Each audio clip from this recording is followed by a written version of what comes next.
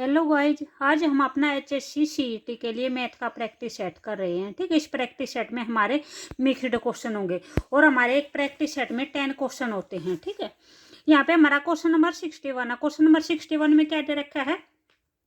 ए की आय बी की आय से 20% कम है। ठीक है, किसकी कम बता रखे? ए की आय बता रखे। ए की आय बी की आय से 20% कम है। तो इसको हम कैसे लेके चलेंगे? जैसे ये हमारी ए की आय हो जाएगी, ये बी की आय है। भी ए की आय 20% कम है तो हम अपनी बी की आय कितनी लेके चलते हैं? 100 लेके चलते हैं। तो जो हमारी ए की आय होगी वो कितनी हो जाएगी? 80 हो जाएगी। ठीक है, कम बोल रखा है तो माइनस कर देंगे, ज्यादा बोल रखा होगा तो 100 के अंदर प्लस कर देंगे। उसके बाद है बी की आय ए की आय से कितने प्रतिशत अधिक है। यहाँ पे क्या पूछ रखा है? बी की आय पूछ रखी है कितनी अधिक है। ठीक है, तो इन दोनों को देखते हैं। तो बी की आय कितनी अधिक है? बी ये 80 है और ये 100 है, तो बी की आय कितनी अधिक है? 20 अधिक है। और किससे अधिक है? ए से अधिक है। ठीक है, तो ए की आय हमारी कितनी है? 80 है। इनटू में क्या हो जाएगा? परसेंटेज में पूछ रखा है तो 100 करेंगे। ये पूछ रखा है कितने प्रतिशत अधिक है। ठीक है, तो इनटू में 100 कर दिया। इसको क्या कर देंगे? कैंसिल आउट कर देंगे। ठीक है, ये हमारे यहाँ पे कितना आ जाएगा? जैसे 10 आ जाएगा, 2 से कट करेंगे तो ये हमारे कितना आ जाएगा? 4 आ जाएगा। उसके बाद फिर 2 से कट करेंगे तो ये हमारे कितना हो जाएगा? 2 2 जा 4, 2 5 जा 10। फिर 2 से कट करेंगे तो यहाँ पे हमारे कितना आ जाएगा? 5 आ जाएगा। 5 5 जाए कितना हो जाएगा? 25% हो जाएगा। ठीक है, तो यहाँ पे हमारा आंसर कौन सा हो जाएगा? ऑप्शन नंबर बी हो जाएगा, 25%। उसके बाद नेक्स्ट क्वेश्चन है, क्वेश्चन नंबर 62 है। दी गई श्रृंखला में कितने नो ऐसे हैं जो नो के बाद आते हैं? ठीक है, यहाँ पे पूछ रखा है यानी कितने 9 ऐसे हैं जो जस्ट 9 के बाद आते हैं। ठीक है, यानी उससे पहले 9 है। जैसे ये आपको ये नंबर्स दे रखे, इसमें से आपको फाइंड आउट करने हैं। तो जैसे ये हमारा फर्स्ट 9 लेके चलते हैं, तो यानी इसमें क्या पूछ रखा है कि बी यानी कितने नो ऐसे हैं जिसके बाद में भी क्या है? नो है। ठीक है, यानी 9 के बाद आते हैं, तो ये हमारा नहीं होगा। उसके बाद कौन सा हो जाएगा? ये आ जाएगा। ठीक है, अब यानी ये 9 है, उसके बाद क्या है? 9 है, ये हो जाएगा। इसमें हमारे कितने पेयर बनेंगे? एक ये पेयर है हमारा, जैसे 9 के बाद 9 आता है, ये 9 लेके चलेंगे तो ये भी 9 के बाद 9 आता है। एक ये हो जाएगा जैसे 9 के बाद 9 आता है। उसके बाद है एक ये हो जाएगा हमारा, जैसे 9 के बाद 9 आता है। ठीक है, तो ऐसे हमारे कितने पेयर बने हैं? एक पेयर हमारा ये था, एक पेयर ये है 2, और एक इसके साथ में है 3 पेयर है। ये 4th पेयर है और ये हमारा 5th पेयर है। ठीक है, तो यहाँ पे ऐसे पूछ रखा था कितने नो ऐसे हैं जिस जो नो के बाद आते हैं। ठीक है, तो यहाँ पे हमारा आंसर कौन सा हो जाएगा? ऑप्शन नंबर सी हो जाएगा, 5 पेयर ऐसे हैं। उसके बाद नेक्स्ट क्वेश्चन है, क्वेश्चन नंबर 63 है। 1 मिनट में एक बाल्टी का 3/7 भाग भर सकता है, बाल्टी का शेष भाग भरा जा सकता है। तो यहाँ पे हमारा आंसर किस में दे रखा है? मिनट में दे रखा है। तो यानी शेष भाग वो कितने मिनट में भरा जा सकता है, ये पूछ रखा है। तो इस क्वेश्चन को हम कैसे करेंगे? ये हमारा क्वेश्चन नंबर 63 है। ठीक है, ऊपर वाला 61 था। 63 में बोल रखा है 1 मिनट में एक बाल्टी का 3/7 भाग भरा जा सकता है। तो इसका मतलब क्या हुआ? अभी टोटल भाग है वो है 7 भाग, और उसमें से भर कितना दिया? 3 भाग भर दिया। ठीक है, तो शेष कितना बचा है? 4 भाग बचा है। तो जो 3 भाग है वो 3 भाग कितने मिनट में भरा गया है? 1 मिनट में भरा गया है। एक भाग है, एक भाग थोड़ा होगा, कितने मिनट में भरा जाएगा? भी कम टाइम में भरा जाएगा, 1/3 हो जाएगा। और हमारा बचा कितना भाग है? 4 भाग बचा है। ठीक है, तो 4 भाग कितने टाइम में भरा जाएगा? इनटू में कितना आ जाएगा? 4 हो जाएगा। तो कितना आ जाएगा? 4/3 मिनट आ जाएगा हमारा। ठीक है, तो ये क्या था भी? यानी कुल भाग हम क्या लेके चलेंगे? 7 लेके चलेंगे। उसमें से कितना भाग पानी का जो भरा हुआ है वो कितना है? 3 भाग भरा हुआ है। कितने मिनट में भरा है? 3 भाग 1 मिनट में भरा है। तो बचा कितना है? 4 भाग बचा है। ठीक है, तो हमें 4 भाग भरना है। 4 भाग कितने मिनट में भरेगा? तो कितने मिनट में भरेगा? 4/3 मिनट में भरेगा। ठीक है, तो ये हमारा कौन सा ऑप्शन हो जाएगा? ऑप्शन नंबर डी हो जाएगा, 4/3 मिनट हो जाएगा। तो अगर आपको वीडियो अच्छी लगे तो प्लीज लाइक, शेयर और सब्सक्राइब जरूर करें। उसके बाद नेक्स्ट क्वेश्चन है, क्वेश्चन नंबर 64 है। 64 में एक संख्या जिसे 8 12 और 15 से भाग देने पर हमेशा शेषफल 5 आता है। तो वह संख्या बताने है, जो भी हमें नीचे ऑप्शन दिए गए इनमें से बताने को वो संख्या कौन सी होगी। ठीक है, तो इस टाइप का क्वेश्चन होता है, उसमें क्या निकालते हैं हम अपना एलसीएम निकालते हैं। तो हम 8 का, 12 का और 15 का क्या निकालेंगे, अपना एलसीएम निकालेंगे। 8 का, 12 का और 15 का क्या निकालेंगे, एलसीएम निकालेंगे। तो यहाँ पे एक संख्या आएगी, जो भी हमारा एलसीएम आएगा वो हमारी एक संख्या होगी जो इन संख्याओं को क्या करेगी, डिवाइड करेगी। ठीक है, उसके बाद हमें देखना है कि भी कौन सी संख्या है जो डिवीजन के बाद कितना रिमाइंडर बचता है, 5 रिमाइंडर बचता, 5 शेषफल बचता है। इसको अगर हम 4 से डिवाइड करेंगे तो कितना हो जाएगा, 4 2 जा 8, 4 3 जा 12 और 15 हमारा एज इट इज आ जाएगा। उसके बाद 3 से करेंगे तो हमारा 2 एज इट इज हो जाएगा, 3 1 जा 3 हो जाएगा और 3 5 जा 15 हो जाएगा। उसके बाद इसको आप 2 से करो या ना करो, ठीक है, भी उस टाइप पे आप जैसे शॉर्टकट भी कर सकते हो। यहाँ पे एज इट इज यहीं पे छोड़ दियो, ठीक है, यहाँ पे 1 हो जाएगा। तो इन तीनों के मल्टीप्लाई करोगे तो कितना हो जाएगा, हमारा 120 आ जाएगा। ये हमारा क्या आ जाएगा, एलसीएम आ जाएगा। ठीक है, तो इस 120 से आपको ये सभी संख्याएं क्या करनी है, डिवाइड करके देखनी है। उसके बाद जो भी हमारी संख्या आती है, यानी हमारी जो भी आंसर आता है वो हमारा आंसर ये आएगा 9605।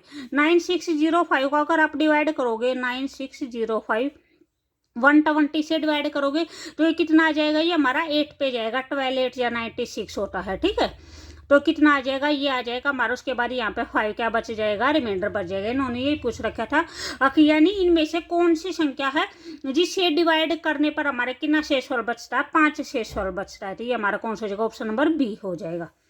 उसके बाद नेक्स्ट है 65 है। 65 में क्या दे रखा है, सबसे छोटी संख्या ज्ञात कीजिए जिससे यदि इसे 9 और 10 के वर्ग के योग में जोड़ा जाए, यानी 9 का वर्ग करना है और 10 का वर्ग करना है। ठीक है, और उनका क्या करना है, जोड़ करना है। यदि इसे 9 और 10 के वर्ग के योग में जोड़ा जाए तो वह संख्या क्या बन जाती है, एक पूर्ण वर्ग प्राप्त होता है, एक पूर्ण वर्ग संख्या बन जाती है। ठीक है, तो यहाँ पे क्या करेंगे, 9 का वर्ग करेंगे और 10 का वर्ग करेंगे। ठीक है, और इनका क्या करेंगे, योग करेंगे। तो ये हमारा क्या होगा, योग होगा। तो जो 9 का वर्ग होता है वो क्या होता है, 81 होता है। 10 का क्या होता है, 100 होता है। तो इन दोनों को ऐड करेंगे तो कितना हो जाएगा, 181 हो जाएगा। अब हमें इसके अंदर समथिंग कुछ ना कुछ ऐड करना है कि ऐड होने के बाद ये संख्या क्या बन जाए, एक पूर्ण वर्ग संख्या बन जाए। तो अब हम अपना ये देखेंगे कि यानी इसके आसपास की कौन सी संख्या ऐसी है जो पूर्ण वर्ग संख्या है। ठीक है, तो यहाँ पे जैसे हमारा 181 है, 181 हमारा एक तो जो 13 होता है, 13 का जो भी हम स्क्वायर करेंगे वो हमारा 169 होता है, वो इससे छोटा होता है। उसके बाद हमारा जो स्क्वायर नंबर होता है वो 14 है, 14 का जो अगर स्क्वायर करेंगे तो 196 होगा। ठीक है, तो यहाँ पे हमारा यानी 181 इन दोनों के बीच में आता है। तो हमें इसके अंदर ऐड करना है, तो ऐड कितना करेंगे कि हमारा 196 हो जाए। ठीक है, तो इसके अंदर हम अपना कितना ऐड करेंगे, भी हम अपना 15 ऐड करेंगे इसके अंदर। ठीक है, अगर इसके अंदर 15 ऐड करते हैं तो ये हमारा कितना बन जाएगा, 196 बन जाएगा। 196 बनने के बाद ये क्या हो जाएगा, ये एक पूर्ण वर्ग संख्या बन जाएगी। यहाँ पे ये पूछ रखा है यानी कौन सी संख्या ऐड करें कि यह पूर्ण वर्ग संख्या बन जाए। 0 को, 8 को, 3 को, इनको आप ऐड करके देखो भी गे तो भी ये पूर्ण वर्ग संख्या नहीं बनेगी। जस्ट 15 के ऐड होने के बाद ये क्या बनेगी, एक पूर्ण वर्ग संख्या बनेगी 196। तो ये किसका वर्ग होता है, ये 14 का वर्ग होता है। तो यहाँ पे हमारा आंसर ऑप्शन नंबर डी हो जाएगा 15। नेक्स्ट क्वेश्चन हमारा क्वेश्चन नंबर 66 है। यहाँ पे दे रखा है 13 इंटू 1/2 माइनस में ये बड़ी ब्रैकेट दे रखी है।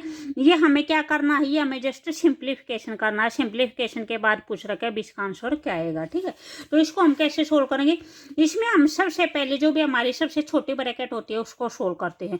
भी अगर ये इसके साथ में जैसे एक ये ब्रैकेट भी होती है, अगर ये ब्रैकेट अगर ऊपर जैसे लाइन ये एक टाइप में बार बोला जाता है। ठीक है, अगर ये ब्रैकेट आती है सबसे पहले आप इसको सोल्व करोगे, उसके बाद आप छोटी वाली को सोल्व करोगे, उसके बाद आप मिडल वाली को करोगे, फिर आप बड़ी वाली को करोगे। ठीक है, तो यहाँ पे ये वाली नहीं दे रखी तो जस्ट डायरेक्ट छोटे ब्रैकेट से दे रखे, तो यहाँ से सोल्व करेंगे। ठीक है, ये दे रखे इसको, ये आपको मिक्स्ड फ्रैक्शन में दे रखा है तो इसको आप सिंपल लेके आएंगे। पहले 13 2 जे कितना हो जाएगा, 26 हो जाएगा। 26 में 1 ऐड करेंगे तो कितना हो जाएगा, 27/2 हो जाएगा। ये भी ऐसे ही सिंप्लीफाई किया। 4 2 जा 8, 8 में 1 ऐड करेंगे तो कितना हो जाएगा, 9/2 हो जाएगा। माइनस में 3 इंटू ये दे रखा है। ठीक है, तो यहाँ पे जैसे हमारा सबसे छोटे ब्रैकेट ये है, तो सबसे पहले ये सोल्व करेंगे अपनी ये वाली। तो यहाँ पे इसका एलसीएम हमारा कितना आ जाएगा, 2 आ जाएगा। ये कितना हो जाएगा, 4 माइनस में 1 हो जाएगा। इसके नीचे 1 करेंगे, 2 इस साइड मल्टीप्लाई हो जाएगा, 1 इस साइड मल्टीप्लाई हो जाएगा। तो 2 2 जे कितना हो जाएगा, 4 हो जाएगा। 1 इस साइड मल्टीप्लाई होगा तो 1 हो जाएगा, 4 माइनस में। और जो ये आगे वाले हैं इनको हम एज इट इज लेके चलेंगे, ठीक है।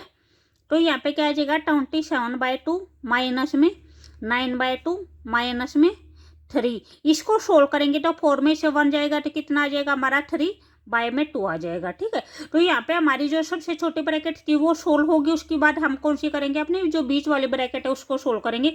ये आगे वाले हैं उनको एज इट इज रखेंगे। 27/2 माइनस में 9/2 माइनस में इसको सोल्व करेंगे। अगर हमारी ये सोल्व होगी तो इसमें क्या आएगा, एलसीएम वही हमारा 2 आ जाएगा नीचे। 2 इस साइड मल्टीप्लाई हो जाएगा तो 3 हो जाएगा। 1 इस साइड मल्टीप्लाई हो जाएगा तो कितना हो जाएगा, 3 हो जाएगा। 2 को इस ऐड करेंगे तो 6 हो जाएगा। 2 3 जा 6। 1 को इस ऐड करेंगे तो 3 हो जाएगा। तो ये हमारी क्या है, ये हमारी बड़ी ब्रैकेट है। अब इसको यानी ये वाला सोल्व करना है हमें। ये और जो टर्म है वो हमारी सारी की सारी एज इट इज आ जाएंगी। ये 6 में से अगर 3 जाएगा तो कितना बच जाएगा, 3 बच जाएगा, बाय में 2 हो जाएगा, ठीक है। अब हमारी ये जो सबसे बड़ी वाली ब्रैकेट इसको सोल्व करेंगे। 27/2 है, माइनस में कितना बच जाएगा, 6/2 बच जाएगा। अगर हमारा नीचे जो भी डिनोमिनेटर होता है वो सेम होता है तो ऊपर जस्ट हमारा माइनस का साइन हो तो माइनस कर देते हैं, प्लस का साइन हो तो प्लस कर देते हैं, अगर हमारा नीचे डिनोमिनेटर सेम हो तो यहाँ पे दोनों का डिनोमिनेटर 2 है, सेम है, तो जस्ट 9 में से 3 माइनस कर दिया, 6/2 आ गया। इससे आगे है, यहाँ पे भी हमारा डिनोमिनेटर सेम है तो यहाँ पे भी जस्ट माइनस हो जाएगा। 27 में से 6 माइनस जाएगा तो कितना बच जाएगा, 21 बच जाएगा, और बाय में क्या हो जाएगा, 2 हो जाएगा, ठीक है। तो यहाँ पे हमारा आंसर कौन सा आ जाएगा, 21 बाय में 2 आ जाएगा। ये हमारा इसमें मिक्स्ड फ्रैक्शन में दे रखा है। अगर इसको मिक्स्ड फ्रैक्शन में लिखेंगे तो कितना हो जाएगा, 10 × 1/2 हो जाएगा। 10 2 जा 20, 20 को 1 ऐड करेंगे तो 21/2 हो जाएगा, वही हो जाएगा एज इट इज। तो यहाँ पे क्या हो जाएगा, ऑप्शन नंबर बी हो जाएगा। उसके बाद नेक्स्ट दे रखे 67 दे रखे। 67 में क्या दे रखे, 8 संख्याओं का औसत है वो कितना दे रखा है, 12 दे रखा है। उसके बाद बोलते हैं यदि प्रत्येक संख्या को 2 से बढ़ा दिया जाए तो नई संख्याओं का औसत है वो क्या होगा। तो यहाँ पे यानी आपको दे रखा है, यानी हर एक संख्या के अंदर 2 ऐड कर रखा है। तो अगर 2 ऐड करेंगे तो जो नया औसत होगा उसके अंदर भी हमारा जस्ट 2 ही ऐड हो जाएगा, ठीक है। जितना भी ऐड करेंगे जो नया औसत होगा उसमें उतना ही ऐड हो जाएगा। तो यहाँ पे औसत कितना दे रखा था आपको, 12 दे रखा था। 8 संख्याओं का औसत वो 12 दे रखा था। अगर 2 ऐड करेंगे तो नया औसत हमारा क्या हो जाएगा, 12 प्लस में 2 इक्वल टू कितना हो जाएगा, 14 हो जाएगा। हमारा ऑप्शन नंबर डी है वो 14 हो जाएगा। अगर 3 ऐड करेंगे तो औसत के अंदर हमारा जो भी नया औसत होगा उसमें 3 ऐड हो जाएगा। 4 ऐड करेंगे तो 4 ऐड हो जाएगा, ठीक है। उसके बाद नेक्स्ट है 68 है। भी अगर आपको वीडियो अच्छी लगे तो प्लीज लाइक शेयर और सब्सक्राइब जरूर करें। और मैंने वो भी प्रैक्टिस सेट दे रखे हैं, ठीक है, मैथ के भी हैं और रीजनिंग के भी हैं, वे भी एक बार जाके जरूर देखना। उसके बाद क्वेश्चन नंबर 68 है, 1 से 100 के मध्य ऐसी कितनी संख्याएं हैं जो 7 से पूर्णतः विभाजित होती हैं। तो यहाँ पे जैसे 1 से 100 के बीच में अगर वे संख्याएं लेंगे जो 7 से डिवाइड होंगी, तो एक तो जैसे जो 7 की टेबल में आती हैं, 7 की टेबल में आती हैं, वही हो जाएंगी। जैसे 7 है भी सबसे पहली संख्या जो 7, जैसे 0 1 2 3 4 इन सब को लेके चलते हैं तो सबसे पहली संख्या 7 ही होगी जो 7 से डिवाइड होगी। फिर 14 हो जाएगी, 21 हो जाएगी। यहाँ पे क्या करेंगे, हम अपनी 7 की टेबल लिख देंगे। तो 7 10 जा 70 होते हैं, तो 10 नंबर तो हमारे ये हो गए। उसके बाद 70 के अंदर 7 ऐड करेंगे तो 77 हो जाएगा। फिर 7 ऐड करेंगे तो कितना हो जाएगा, 84 हो जाएगा। फिर 7 ऐड करेंगे तो 91 हो जाएगा। और फिर 7 ऐड करेंगे तो कितना हो जाएगा, 98 हो जाएगा, ठीक है। तो 10 नंबर तो ये हमारे ये हो गए थे। 11 है, 12 है, 13 है, 14 है। तो ये हमारे टोटल नंबर कितने हो गए, 14 नंबर हो गए 1 से 100 के बीच के जो 7 से डिवाइड होते हैं। तो कितना हो जाएगा, ऑप्शन नंबर डी हो जाएगा, 14 हो जाएगा। उसके बाद नेक्स्ट है 69 है, निम्न में से कौन सी भिन्न है जो 1/3 से बड़ी है, जो 1/3 से बड़ी है, वह कौन सी भिन्न है।